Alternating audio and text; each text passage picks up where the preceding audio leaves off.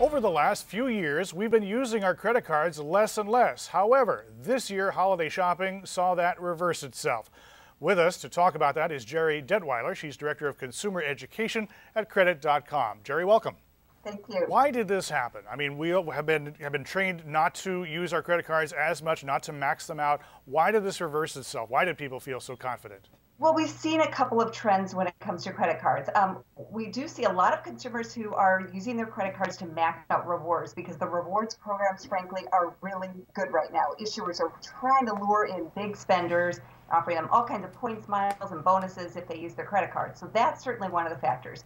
That's a good deal, of course, if you pay in full. And then I think the other factor, I go back to the idea that, a lot of people have been very, very careful over the past few years. They're starting to feel a little bit more optimistic. Maybe they're back to work. Maybe they're starting to see a small bonus at work. And so they're saying, it's time to enjoy myself a little bit. I've been so careful with my money.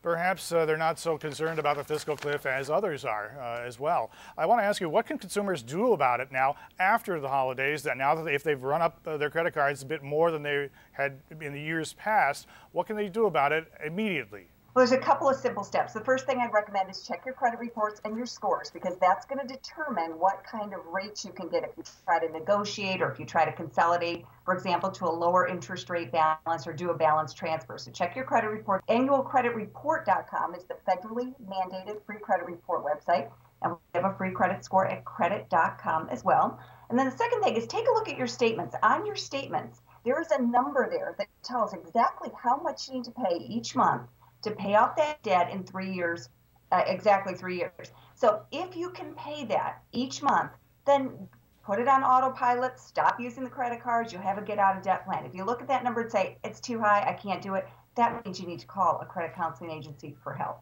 Lastly, Gerri, better to pay one card off fully or to pay as many of them off a little bit at a time?